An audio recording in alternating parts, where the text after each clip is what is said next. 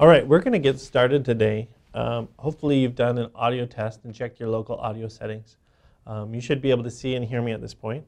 We're going to get started. So today is the first installment of a three-part webinar series. We'll have another one in mid-July and then one in early August. And the thrust of all of these webinars are a practical application of analytics in higher education. We hosted what was called the Summer Analytics Academy here at Utah State University earlier in May. And at that event, we talked about a lot of frameworks for using analytics effectively in higher education spaces. But some of the feedback that we received was wonderful, which was that they liked the frameworks, but they wanted actually more content on how to actually move the needle in terms of getting things going. So this webinar was designed to accomplish that. So we're going to get started. Today's topic is practical applications of analytics in student affairs evaluation. And I'll introduce myself. I'm Dr. Mitch Culver. I manage what's called the Center for Student Analytics here at Utah State University, which is a new center, and we're a service entity here at Utah State. And I think you'll catch the spirit of some of the operations that we engage in, which are very service-oriented. We meet with stakeholders on a regular basis to talk about their issues and their needs in the analytics space, and then we work to provide solutions to those stakeholders, various administrators, staff, faculty at the institution, or accomplish the work that the university does. So today I want to get started and want to jump right in by showing you this diagram. From my perspective, evaluation begins when these two circles overlap. So we have the selected outcomes of the institution in the circle on the left, and on the circle on the right we have the planned activities of the university. And obviously, every activity that we plan at the university should overlap with some kind of meaningful outcome that we've selected that we want to achieve as part of the work that we do at an institution. Now, this can be seen at the university level, but you could also just scope it at the program level, right? So any planned activities of a program and then any selected outcomes of a program or of any activity that we engage in, there's these two circles that overlap that we need to be mindful of. It's only where these two circles overlap that we have success. There's a lot of things that we plan or engage in that don't actually overlap with the outcomes that we've selected. And that can be a problem. The whole point of evaluation is to determine to the extent that the activities that we have planned actually in fact do overlap with the outcomes that we have selected. And where this overlap exists, we can say to be effective. But where there is no overlap, as these circles move apart from one another, we start to have a problem where the things that we're doing aren't actually achieving the outcomes that we have selected. And that can mean that we need to change our outcomes, which is one approach, but more importantly, it may mean that we need to tune or prune our activities such that there is greater alignment created. The other thing in an evaluation is sometimes there is overlap between these two circles, but you're not using the right methods to determine that overlap if it exists. And so that can be another issue that you can think through in terms of the work that we do in analytics in higher education spaces, which is all, from my perspective, geared toward establishing an overlap between the activities that an institution plans and the selected outcomes that the institution has selected for itself. Now, you may be familiar with a webinar that I provided for EDUCAUSE last October. It was called The Life Cycle of Sustainable Analytics. And it actually is available also as a white paper at this URL here in the top middle, ais.usu.edu/analytics/media. And you can visit that page, and there's both the webinar link and the white paper link that you can download that kind of shows this model. But all of the work that we do is grounded in this model. And so I just want to briefly, just really quickly, go over this model and help it to stage the practical application of analytics that we're going to be talking about today. So our kind of, the life cycle here has two equal halves. One is the formal analytics, which we consider as the tools. We have data collection and data science and visualization. And then the other half is when we actually put those tools to use to change practice and to optimize the university. So this requires us to not only socialize those tools to the end user, but it requires those users to actually take action. And then when things have gone well, we advocate and say, you know, things worked. When things haven't gone as well, then we innovate, we make them better. And only when this life cycle is complete are analytics said to be what we would say is sustainable, right? Because if you're only building really fancy tools, but nobody's actually using them to change practice or optimize the institution, then you're kind of spitting in the wind as far as that's concerned. Well, on the one side, there's kind of the stewards of the formal analytics, are the analysts and the programmers who kind of build the tools, who actually have the data science in their head, and who build the visualizations, et cetera. They may even socialize the tools, do the training. And on the other side are what I'm calling decision makers, who are the administrators of the university who actually make the decisions to optimize the university or to run it on a day-to-day basis. And the life cycle really outlines that these multiple roles actually exist across the spectrum of activities of analytics. And that it's very rare to have one person who is dabbling in all 6 of these boxes. It's more actually realistic that there are, in fact, not only these 2 halves, but these 2 halves have different specializations, right? Actually optimizing and running the university, and then actually understanding data science, understanding programming, understanding data collection and storage, et cetera. And so we get really sustainable situations when we have collaboration across this spectrum. That where this collaboration exists between analysts and programmers and decision makers, or you could consider them faculty or administrators, anyone who's actually doing the activities of the university, then we really have a sustainable situation. When these 2 roles are not in regular conversation with each other, then from our perspective, as we've toured the United States and looked at all the institutions that are using really sophisticated analytics tools, when there's a gap between analysts and decision makers, it creates a very serious problem where the tools may be created and trained on, but they're not ultimately used. Practice ultimately does not change, and optimization does not occur. And so I'm going to use this symbol of these 2 individuals with this cycle of interaction or of collaboration happening between them. I'm going to use this throughout the remainder of the presentation. And so I just wanted to ground you in this idea that collaboration between analysts and programmers and those who actually are doing the decision making and running the university, whether they be faculty, administrators, or staff, are that collaboration is going to be an essential part of sustaining effective analytics practice at any institution. So this symbol is going to be really important to us. Now, as I said, evaluation is the act of determining that there is overlap between the activities that we have planned and the outcomes we have selected. And only where there is overlap can we say to be successful.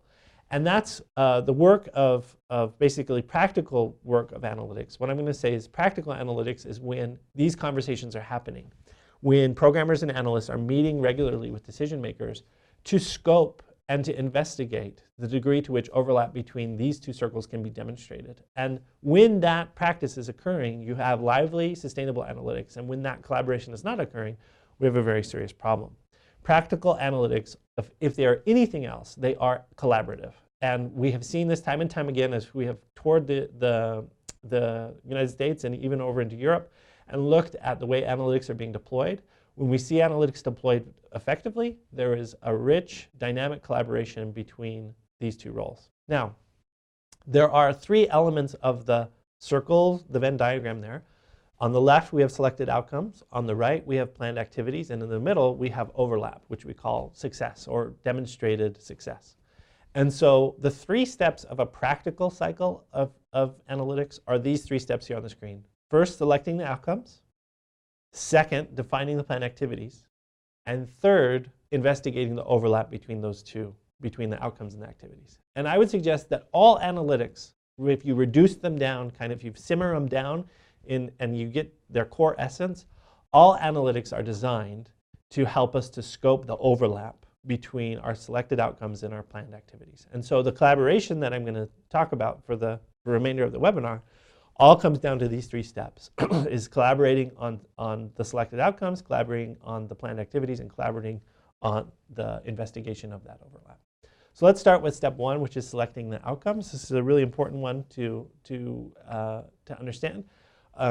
When we talk about the important things that a university can accomplish, a lot of times those things are articulated in the university mission statement.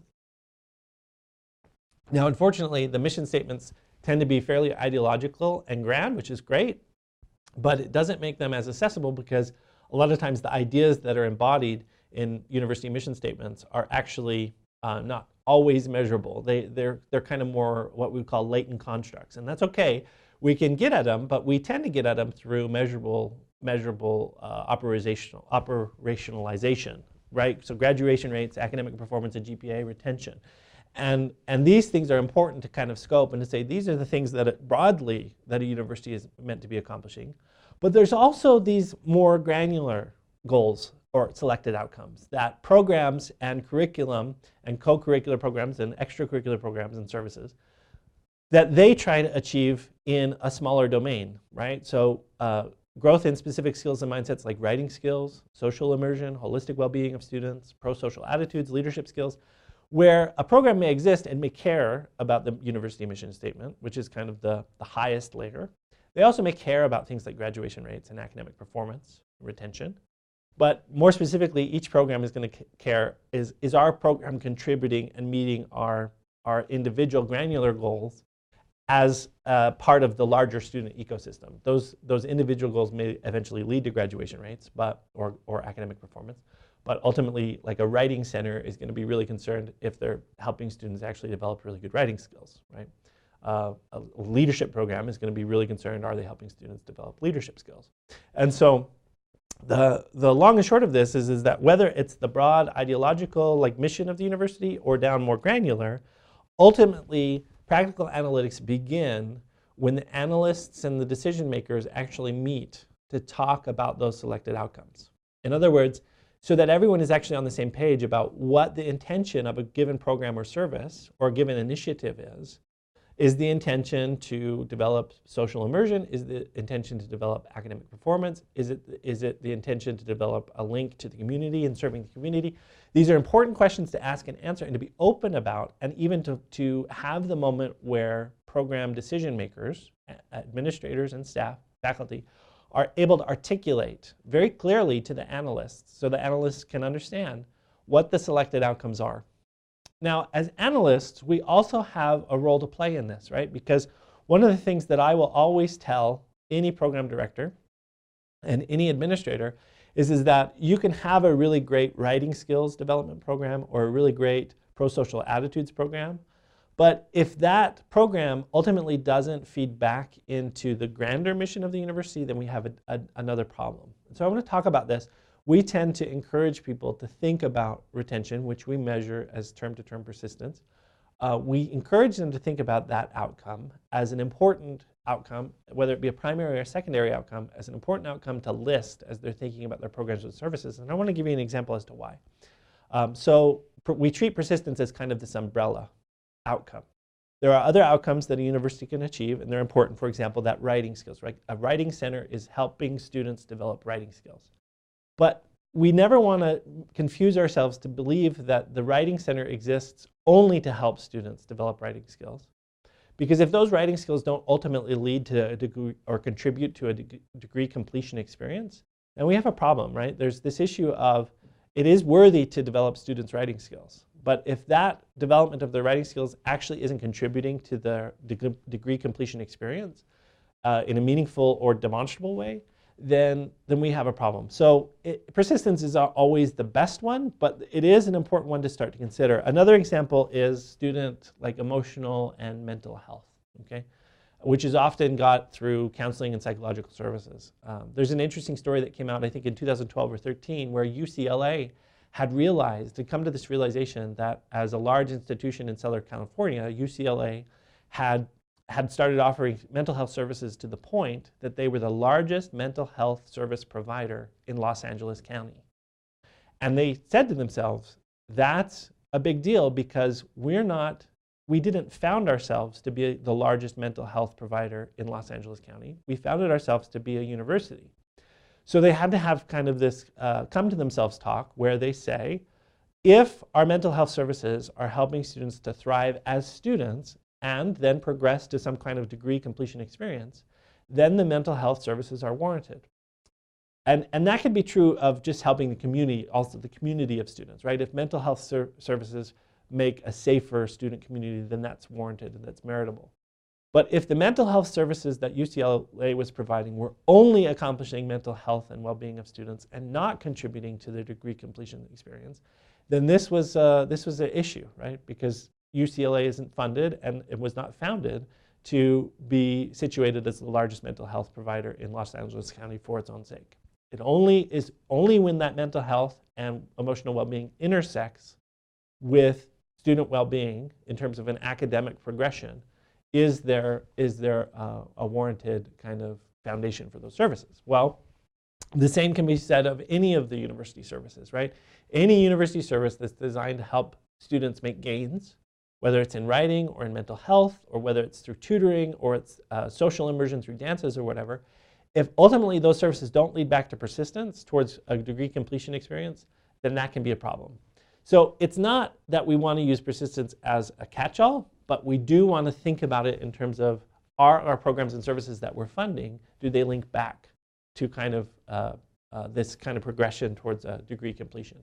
Now, one of the reasons why we don't tend to use graduation rates in the work that we do at the Center for Student Analytics is because it takes 4 to 6 years to get that result and to figure that out, that it had happened. And so the students that, the programs and services that may have contributed to ultimately graduation, now we're looking for in 6 years into the past, and that doesn't seem very sensible. Persistence, we're able to assess every term. And the nice thing about persistence, it's a good proxy for graduation rates. You can't graduate unless you persist. And persistence is kind of this systemically, regularly measurable, ongoing thing that we can do pretty actively. So we tend to prefer persistence over graduation rates. But we also tend to use persistence as a meaningful link to these other granular goals that offices select. And that means multi-pronged assessment opportunities, right? So when we select outcomes, when we work with administrators to define the outcomes they have selected for their programs, we very much have a multifaceted approach. So we may do a persistence check, like are the programs and services associated with retention, term-to-term persistence, but we will also help them do more granular, is the service actually helping develop student writing skills? Is it actually helping students develop a sense of belonging, or whatever they have selected as their outcomes? But if you don't complete this step one, selecting the outcomes and articulating them clearly, collaboratively, and so that everyone is on the same page, you get into some really serious issues of misreading why a program exists, misreading what the intentions of a program are, and also not measuring the success of that program effectively, because of course, this is a whole system, right? It's 2 circles, and you have to start with that first one, selecting the outcomes. Now, the next circle over on the right side is planned activities. And it's actually best to start with selected outcomes first, and then design a new program and plan activities from the get-go based on the outcomes you've selected. What we find actually is a lot of times activities of the university, programs, services, co-curricular, curriculum even, is planned kind of what we would call post hoc, or even ad hoc, where people just get going. They say, this feels right, this service feels right, we should provide this service, this, whatever it is. And then the outcomes, we'll figure those out later. And that's okay. If you can define the planned activities before you get started and align them with the outcomes, at least theoretically, that's a lot better than if you're arriving on the scene as an evaluator, knowing that there has never been any kind of intentional articulation between what has been planned and what is already happening, and what the outcomes that are suggested would be. And so oftentimes as evaluators, we kind of show up on the scene, and things are kind of rolling, and people haven't even thought like, oh, the outcomes are this, this, this, this. And so this process was really important.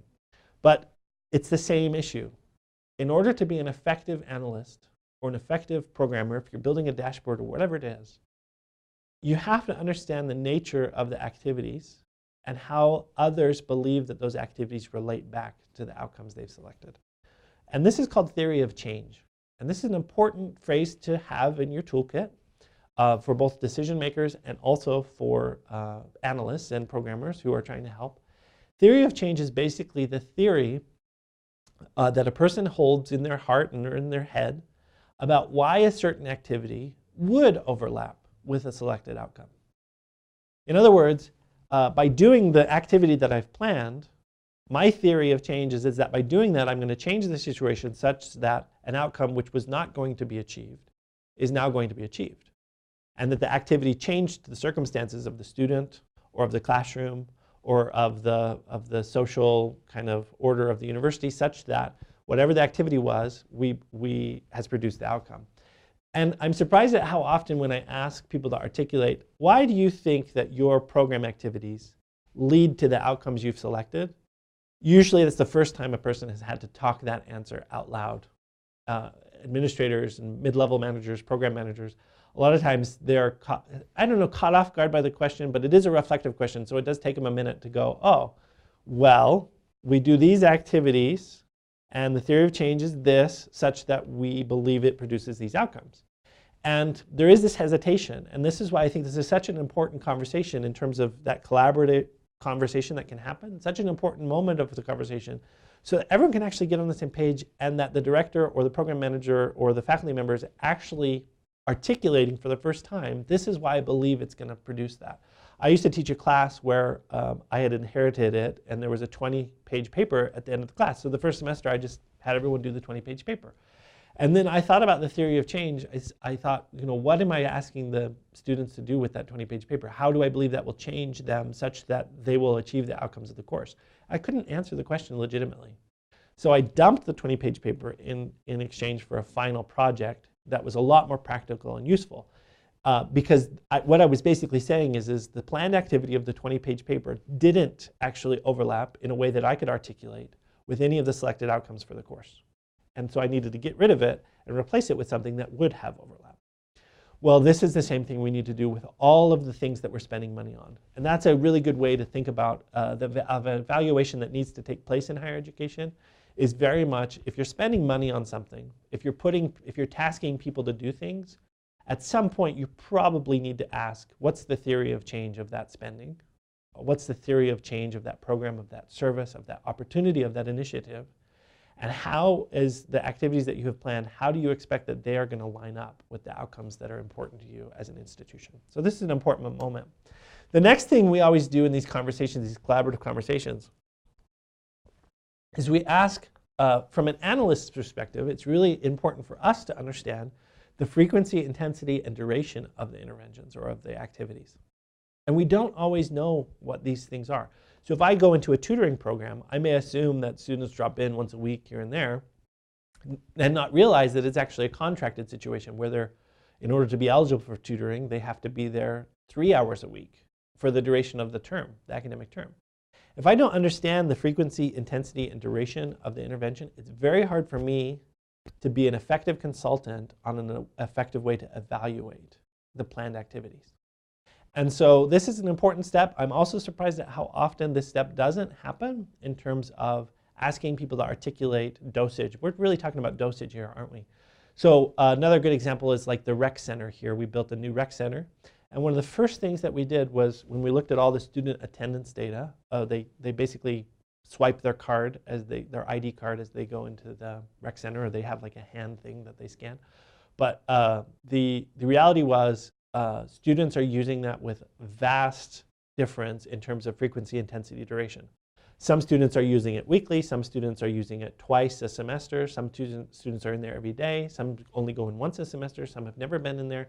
And so all of these different use patterns are actually really important from an analyst perspective, because what we're going to say is every one of those use patterns is going to actually have a different outcome or produce different outcomes, right? Going to a gym twice a semester versus going twice a week, you're going to get very different outcomes. And if we just average across all those experiences, it may actually wash out our ability to tell that something good is happening. Because maybe going 5 times a semester has no effect, but going 30 times a semester has a really strong effect. And so we need to understand the range and the kind of the magnitude of the experiences. We call that frequency, intensity, and duration. And so that's a conversation that we like to have. Now, we helped a Gear Up program do an assessment this past year. And as part of that program, we asked them about frequency, intensity, and duration. Gear Up is a program that starts in about 6th grade and goes through the senior year of high school. And it's all these activities that are supposed to help students to be college ready by the time they graduate high school. So we said, well, what are all the activities? What's the frequency, intensity, duration of all those activities? And their answer was 28 different things. And we said, well, does every student experience all 28? And the answer is no. Every student experiences a different number of these interventions and activities. And not only that, but they experience different amounts. So one student may do a high dosage of one of these things, while another student may only do it once. And so we said, well, that's for assessment. That's really a problem, because we have to understand the kind of the nature of the student experiences and the common experiences that they're having with these. And 28 is just too many. So what we worked with them to do what's called data reduction, where we organized the 28 different activities into these categories, these 8 kind of overarching umbrella categories, right? You can see there's 28 there, and then they get kind of sorted out into these different categories. And now we actually have something we can work with. We could start to actually do some really good modeling. So we did what's called a latent profile analysis, which is what's called a person-centered approach, rather than the alternative, which would be a variable-centered approach. And the person-centered approach basically says, we don't care so much about the discrete behaviors, but we care about the mix of behaviors that students are experiencing.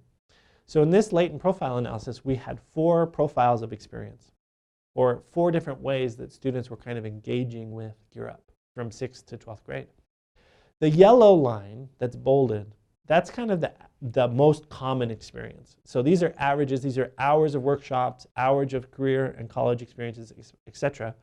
And most of the students had kind of had this yellow profile of engagement with the Gear Up program. But the most college-going class or profile is that purple line.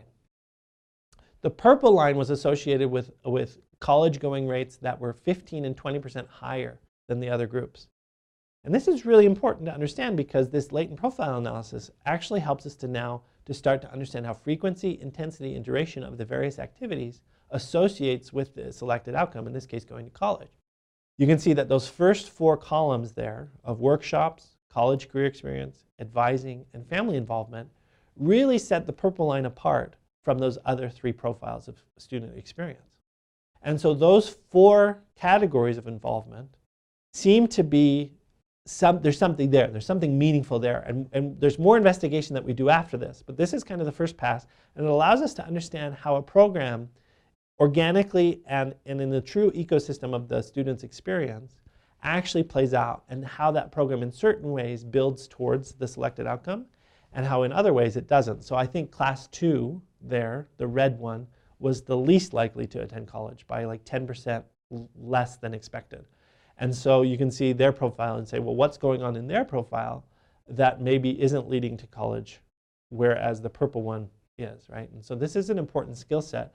But this is a conversation that happens between the analysts and the decision makers, such that we can actually start to understand that frequency, intensity, and duration of the activity so that we can actually start to look for that overlap with those selected outcomes. And so that's an important step of defining the planned activities. So as this conversation continues between the analysts and the decision makers, another thing that we need to consider at all times is what we call treatment fidelity.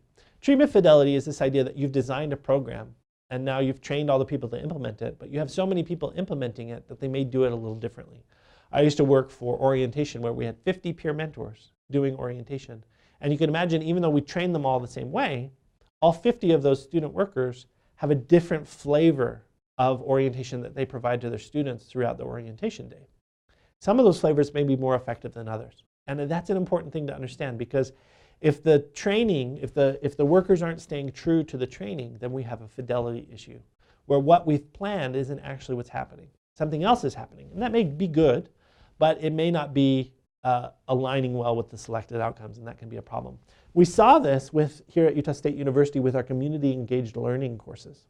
So in our first pass of helping this unit to do some evaluation, this is a report. Actually, we're going to make this available at some point this summer. We're going to upload it to our media page or our innovation page on our website. You'll be able to download these reports and read them in more depth with greater detail. But what happened here was, with this community engaged learning, our first pass, we put all of the flagged courses, the courses that had been flagged in our course catalog as having a community engaged learning component, we put them all into the system. And we said, here's all the classes where people are doing community engaged learning. And what we found is that through all the analyses we did, there was no effect on student well-being. And of course, the volunteer center was really upset. They were like, that doesn't make sense. Well, we know better, right? As analysts, we also spend time in the research literature. And we know community engaged learning is impactful, generally speaking, on student well-being. So we suspected a treatment fidelity issue. And that's exactly what we found. On the second pass, in the second conversation, because we didn't return to them and say, hey, sorry, your program doesn't work. We returned, and in the conversation, we said, hey, we suspect there's a fidelity issue here. We suspect that all of the courses that have been flagged as community engaged courses are not actually really community engaged courses. Could you provide us with the faculty members who you know have been trained and who have engaged with the service center? Can you give us a list? And they said, oh, easy. We have that list because it's all the same suspects. It's the faculty members who come to us, who come to our trainings and our seminars and work with us and come through our door. We know who they are. We have records of this activity, of this engagement. And so they're the most likely to have treatment fidelity, right? To implement the service learning or the community engaged learning with fidelity. And in fact, that's exactly what we found. We put that into the analysis, and what returned was a dramatic effect on student well-being. That community engaged learning works. But in the first pass, that had been washed out, right? And so treatment fidelity is something that, as an analyst, you always need to have in the back of your mind. As a decision maker or a person who's running a program, especially a large program where a lot of people are deploying after being trained, you need to constantly remind yourself, how do I know that people are doing what I've asked them to do? And so that our planned activities are actually producing the selected outcomes of the program or service. And lastly, a conversation that you need to have between analysts and administrators is where the data collection opportunities are.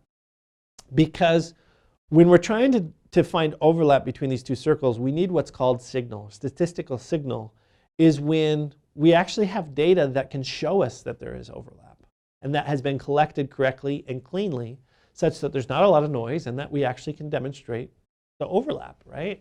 And so this is a conversation that we often have with people is what does your data look like? How have you collected it?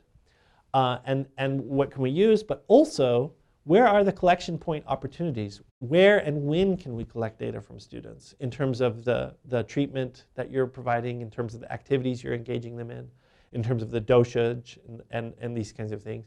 When can we start to get attendance counts and all these things that we can actually start to scope the value of your service?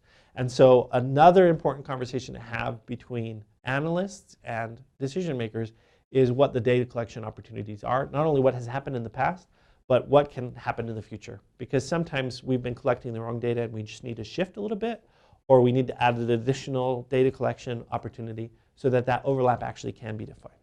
So that's stage 2 or step 2 of this process. Step 1 is kind of making sure that everyone understands the selected outcomes. Step 2 in the other circle is making sure that everyone understands the planned activities and the nature of those activities. And now moving into step 3 is, of course, that middle section, success, which is methods of establishing overlap. And again, this is going to be a collaborative conversation because there are lots of ways to skin a cat as far as this is concerned. We kind of talk about this in terms of 4 tiers or 4 levels of analytics that can be provided that help people to make decisions. So we're going to start with the lowest level. All 4 levels are valuable, but the value of each of the methods increases with each level. So level 1 is the least valuable, but it's still important. And we call it tier 1, people came to our thing. So we have a program and people showed up and we have attendance counts. And it seems like our program's in demand. One of the mistakes that we see people make is believing that demand is success, confusing demand for success. Demand is an indicator that what you're doing might be successful. But there's lots of situations where there's a lot of demand for something and it's not actually a big success. And so we do want attendance counts, and these are important to track and to keep, but it's just the first level. The next level is satisfaction surveys, right? Not just that people came to our thing, but the people who came liked our thing is the next one. And again, this is a slippery slope because just like people often confuse demand for success, they often can confuse satisfaction for success. The best example of this is imagine engineering school graduates. Imagine really satisfied, happy engineering school graduates that don't know how to build a structurally sound bridge, right? It doesn't matter how satisfied your students are. If they don't know how to do the content of the discipline with alacrity, you have a serious problem. So you never want to confuse satisfaction for success, but satisfaction can help us to know that we're on the way towards success. It's an important thing to have, and it's one way of establishing overlap, but it's tier 2, and it's not the only thing we want to use. Both of these are not the things we want to use. I know that there was a university who had kind of a lot of growth all at once, and they're saying, look at all this demand, and our students are happy, but then their accreditors came in and said, now wait a minute, like we see that you have a lot of demand, and we see that your students are happy, but we don't see that rigor where the students are actually demonstrating proficiencies in these disciplines, and we need you to flip that. We need you to flip that switch so that the overlap actually is with the selected outcomes. Having people show up and making them happy aren't the only important things in life. So satisfaction surveys can actually be really helpful early on in a program, but we do want to move on to tier 3, which is the most common and important, I think, to use in higher education, which is quasi-experimental estimation of the treatment effect. And this is what analytics are designed to do primarily, is this kind of applied statistics where we're on the fly very quickly trying to quasi-experimentally determine, or what we say estimate, the overlap between the planned activities and the selected outcomes. Now, it's important to understand Tier 3 in comparison to Tier 4, which is experimental estimation of the treatment effect. Of course, experimental estimation requires random assignment in most cases, and where you're actually saying there's going to be people who are randomly assigned to not participate in some service or activity, and then those who are. And this is the highest standard, and it actually is the best estimation of treatment effect, the most accurate estimation of treatment effect. But it's darn expensive, and it takes a long time. And so for the most part, universities that demand Tier 4 standard of effectiveness, of demonstrating overlap between these two circles, that's too high of a standard for most cases. It can be engaged in at times and in places, but it's going to cost a lot of money and it's going to take a lot of months to get an answer. And for most of what we're doing, we're trying to provide answers a lot more quickly so they can be used for day-to-day decision making. So we try to stay above the Tier 4. We try to stay in threshold Tier 1, 2, and 3. And to understand maybe what quasi-experimental estimation of the treatment effect is, I want to give this example. So this is how why we need Tier 3. So I run into a lot of directors who are reporting out to administrative councils about the success of their programs by just comparing two percentages, just like this. So they'll have a slide that looks exactly like this. This isn't a real slide, it's just an example. So maybe they run a tutoring program and they'll show up to an administrative council and say, look, our tutoring program works. The non-participants' retention rate is 75%, and for those who participate, their retention rate's 81%. It's wonderful. And as an analyst, I don't do this in front of people, I don't call people out. But as an analyst, I approach them and I say, how do you know that there wasn't self-selection bias? Right? Because it's possible that the people who are attending tutoring are just motivated more in the first place. And so their retention was going to be higher to begin with, regardless of the tutoring program. And this is a big problem in higher education. For years, I have heard program directors basically walk into meetings and show slides that just compare two percentages and say, look, the students who come to our program are doing better, so it must be because of our program. And that's not appropriate because of what's called self-selection bias, which is this idea that more motivated individuals are more likely to engage in programs and services that lead to successful outcomes. And they were already going to get successful outcomes to begin with, regardless of the program. So quasi-experimental estimation is all about saying, can we control for those inputs? Can we get a fairer comparison? And one of the ways we do that is what's called prediction-based propensity score matching. we contract with a vendor called Civitas Learning for a product called Illume Impact that does this actually on the fly. We feel like it's one of the best softwares that we've ever used.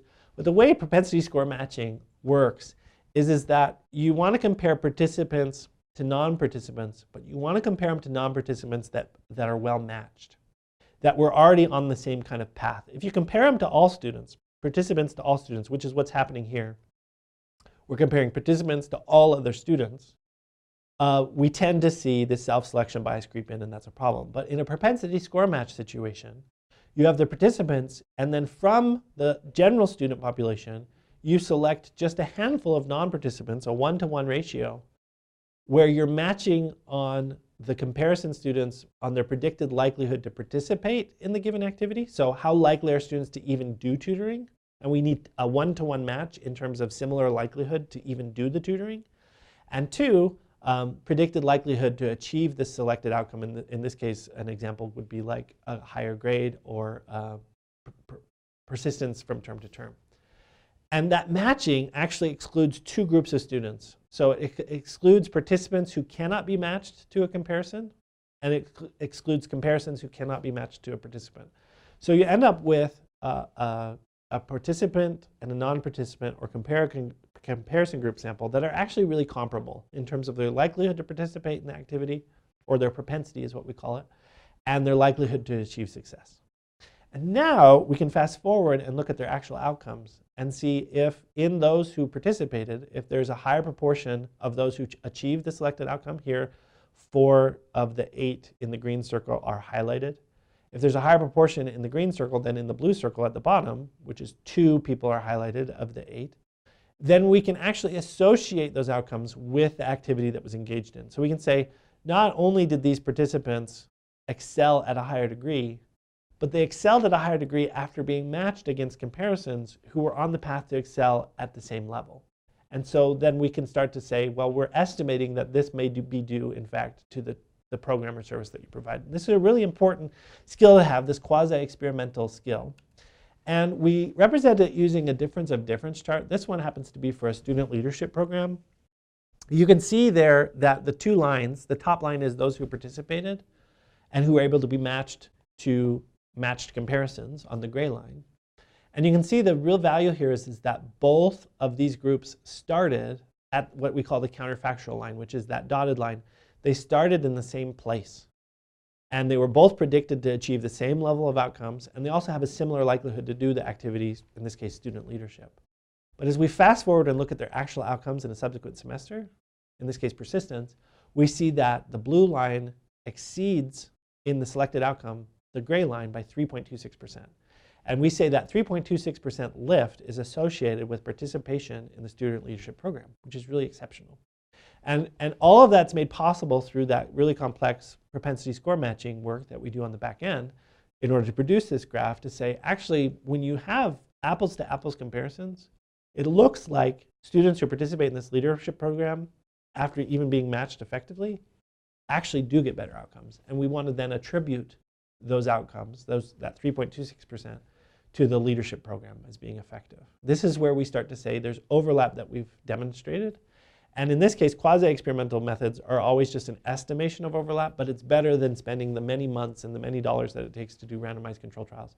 And by the way, it's not even realistic to engage in randomized control trials most of the time, that tier 4, because you wouldn't randomly assign half of your students to go to the library and the other half not to use the library.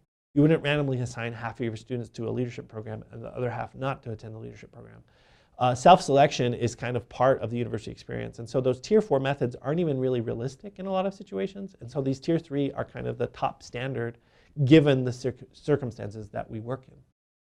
Now, we've talked through those different things, methods of establishing overlap, but it's worth saying that although I've provided a few examples here of latent profile analysis or of propensity score matching, those aren't the only tools in the analyst toolkits. I kind of reflected on all the different tools that I have used throughout my career as an analyst. And there's 4 main kind of tools that I have used. SPSS, which is a statistical software, RStudio, Civitas Learning, and M+. And in each of those tools, there's different kind of sub-tools that I've used, right? So there's t-tests and chi-squares and NCOVAs and regression and MANCOVAs. In RStudio, there's a random forest. In M+, we can run exploratory factor analysis. And in Civitas Learning, we can do these federated logistic regressions, really great stuff. But as an analyst, learning how to use all these tools, I kind of just thought about it this morning and I thought, how long did it take me to learn everything I know about all these different tools that I can help deploy on behalf of the institution? And I figured that it's 10 to 12 semesters of coursework, sequential coursework. So right, not 10 or 12 courses that can be taken all at once, but 10 or 12 sequenced courses that moved me through the content of actually being able to understand these methods and when they're appropriate to use, when they're not appropriate to use. And as I work with other analysts, it's funny how much overlap there is. They'll say, oh, I think we should use a chi-square test. And then someone else will say, don't you mean ANOVA? And the other person will say, oh, actually I do mean a one-way ANOVA.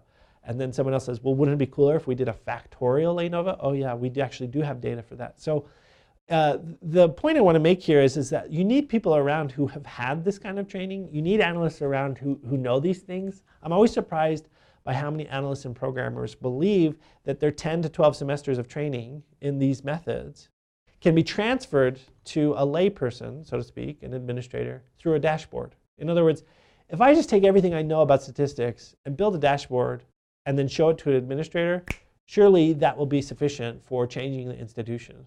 And that is not the case at all. I see this at a lot of institutions where they believe that the dashboard put in front of the administrator with an hour or 2 of training is going to convey the depth of knowledge and experience that 10 or 12 semesters of training has produced in the analyst or in the programmer. And I see the reverse also happening. I see administrators who really truly believe couldn't you just put this in a dashboard and then I could just log into the dashboard and I would know everything that you know as an analyst? And the answer is, well, there are some things you can know, some just base things that you can know, but if you really want the depth of interpretability in terms of establishing that overlap, we have to acknowledge that these roles have to exist. Multiple roles have to exist. Leadership positions have to exist. Decision support positions have to exist also. Because universities are complex enough ecosystems that you don't want this all living in one person. And so I come back to this symbol of interaction, of collaboration. When you want to do analytics practically, you have to get conversational. There is no dashboard that can take the place of a really well-considered conversation of step 1, what are the outcomes you're trying to achieve?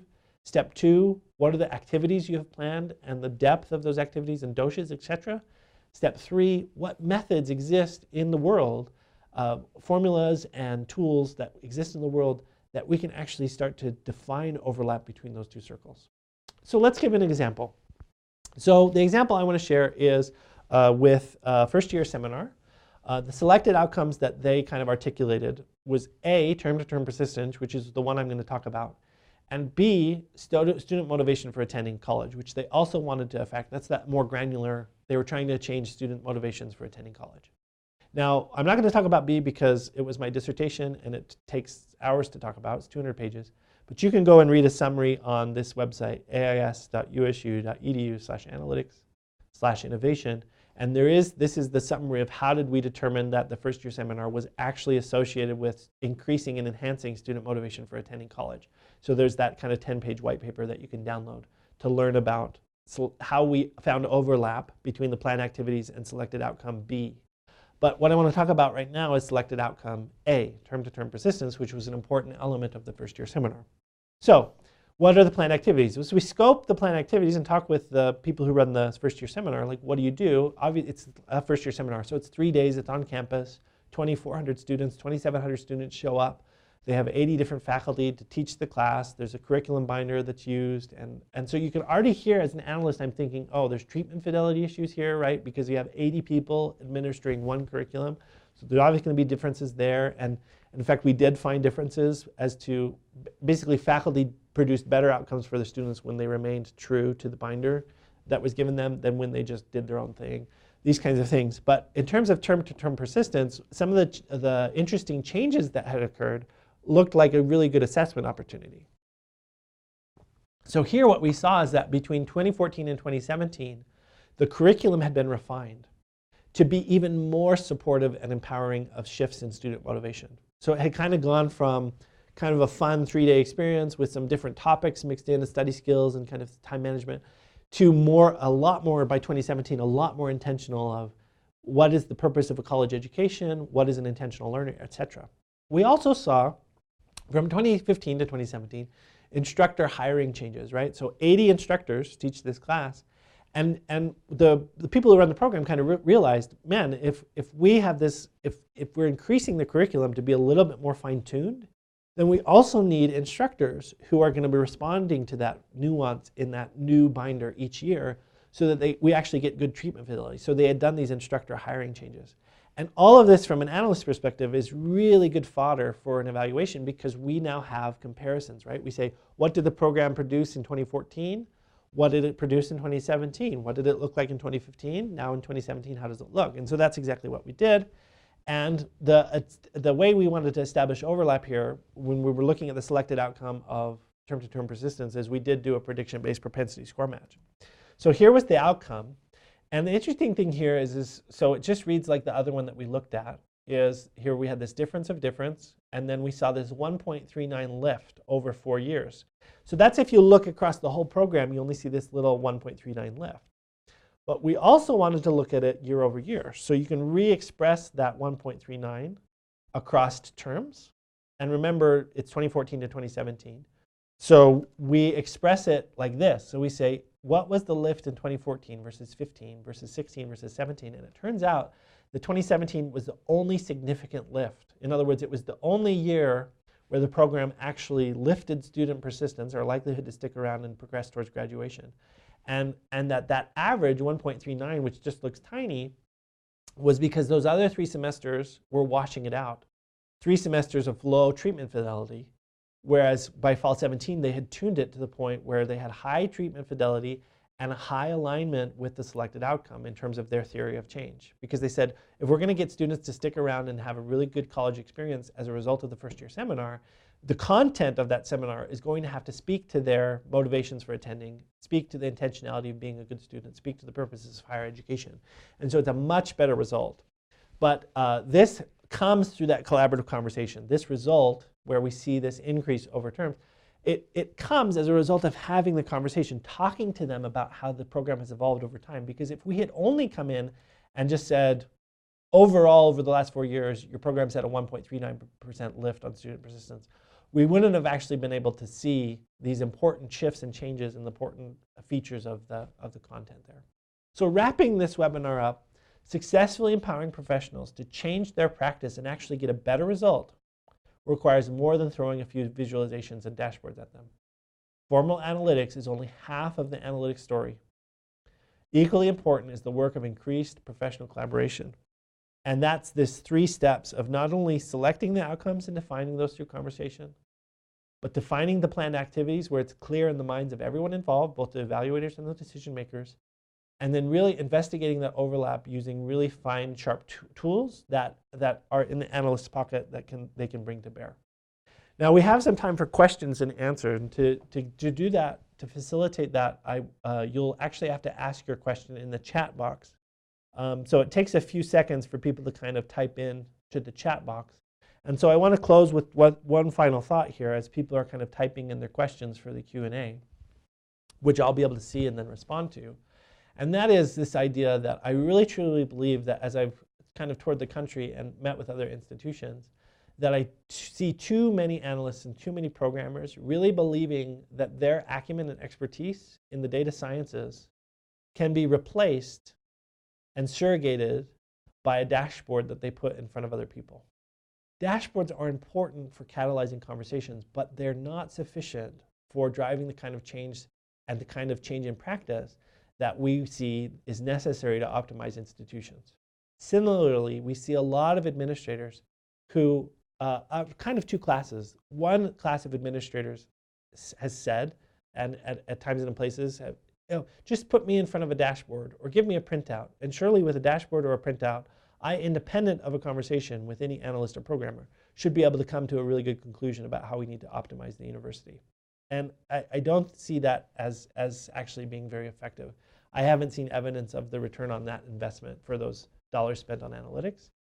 And then counter to that, I see other administrators who know better. And they say, all these analysts and programmers just keep putting me in front of dashboards and nothing keeps changing. I look at the dashboards, I get frustrated, and I don't know what to do any different. And I would suggest that those administrators are onto something, and that the answer is this kind of practical, collaborative conversation across these 3 steps so that everyone's on board and that the evaluation is actually finally valuable to the institution, to changing practice and optimizing the institution. So if there are any questions, nobody has typed in any at this point, which maybe means I've done a good job in being pretty clear. One thing I should say is that all of the reports that we produce are eventually going to be in an online repository with methodology, et cetera. And if you have questions about the methods or about how we're actually doing some of the back end in terms of how are we building dashboards or how are we building out analyses, feel free to reach out and email me. But for the most part, I feel like those conversations can happen on the side. They don't need to happen through these formal presentations because everyone's skill sets are a little different. I really appreciate everyone attending here. We will have those 2 other webinars, one in mid-July on the 17th and one in early August. I think it's on the 7th of August, where we'll be talking on the 17th about practical analytics in what we call curriculum complexity, which is basically this idea that how do we assess the effectiveness of the curriculum and the extent to which it's creating unnecessary barriers for our students as they progress towards graduation. And then on the 7th of August, we're going to be talking about practical application of analytics in the world of academic advising, and particularly advising administrators, how we're setting up advising administrators to use analytics in ways that actually help them to guide the practice of their advisors, such that they produce really good results, so that we can see that overlap. We have a question from Sarah Bearbauer. And she says, what tools are you using for your visualizations? And this is a great question. So Civitas Learning visualizes a lot of stuff for us, and that's really good. We use Tableau primarily as a visualization tool. We love that tool. And then a lot of times I'm falling back into some visualizations that are really quick and on the fly that you can get in a typical Microsoft Office suite or in a Google suite, where charts and graphs that you can just build really quickly on the fly. You can also do that in Tableau. Jan Day asks, thank you for sharing. This was excellent. I'm looking forward. Okay, so it's not a question, but she's looking forward to the follow-on sessions. Maggie Davidson says, how would you approach the idea of putting some more basic analytics in the hands of staff for day-to-day work outside of the structured evaluation? Yes, so that's a great question. So as these conversations roll out, and you start to see that a person actually does have that kind of muscle strength that they're building in data analysis and data literacy, then you start to hand out even more stuff. We don't assume that people don't know this to the start, but I have a good example of a person who works in our student leadership office who, when we showed up and started having our first conversation, he already had spreadsheets and charts and graphs, and we said, oh, this is a guy who gets it, and we're going to be able to move a lot faster with him. It doesn't mean that the conversations don't have to happen, but as you kind of get people's data literacy skills developed, they're able to take on more and more of these responsibilities. Partly this person has a degree in MIS, I believe, and so they are able to take more and more of this work on for themselves and even start to answer their own questions. And actually that should be the ultimate goal, is increased and enhanced data literacy, but through collaboration, through training. And so that's a really good question that's asked, is this idea of putting some basic analytics, basic dashboards that people can use really practically. And we do that. We have some examples of that where we put people in front of some basic stuff and then ask them to kind of start making moves. And that's an important thing, but it still requires training, still requires socialization, and still requires those conversations. And then we have another question from Wan Chu. Would you please clarify what exactly overlap means? Interaction effect? So no, this is just conceptually. What we're saying here is, when we're saying overlap, what I mean is to say that when a planned activity can have a demonstrated link to an outcome that you've selected. So any kind of demonstrated connection between activities and measurable outcomes. It's the whole point of statistics, right? And then Laura Ariovic says, how is analytics in the way you approach it different from traditional evaluation? And I'd say that the difference is that I think what I see in traditional evaluation is evaluation cycles that last months. And a lot of what we're doing is day-to-day. Turnaround is 4 days, 3 days, 2 days, where analytics actually speed and enhance the directionality and the magnitude of the work that we're able to do. So we're able to put through people a lot faster because the dashboards automate a lot of the processes that would otherwise take a lot of time. A lot of the data is federated for us, pre-federated from multiple systems, disparate systems into a single place. Analytics often rely on machine learning or automated processing of data and of data science models, such that the dashboards and visualizations are actually a lot more quick. So we don't actually do any of, sometimes we don't do any analysis, we just click run, and the dashboard runs it and spits out the results, and then we're ready to have the next conversation. But it's the act of interpreting those conversations that is really going to make analytics sustainable. What we see a lot of schools doing is just turning on dashboards and walking away, and we don't find that very sustainable. So analytics it's kind of evaluation, dynamic evaluation, or evaluation on the fly, and a lot more applied and practical than other evaluation tends to be. Well, we're out of time. We just got 1 minute left in the hour. I really want to thank you for attending, and if you have any other questions, you can reach out. There's people who want to have follow-up conversation. That's great. Just send me an email and we can chat. Thanks for being here. Have a happy Wednesday, and I'll see you next month in our July webinar. Thanks so much.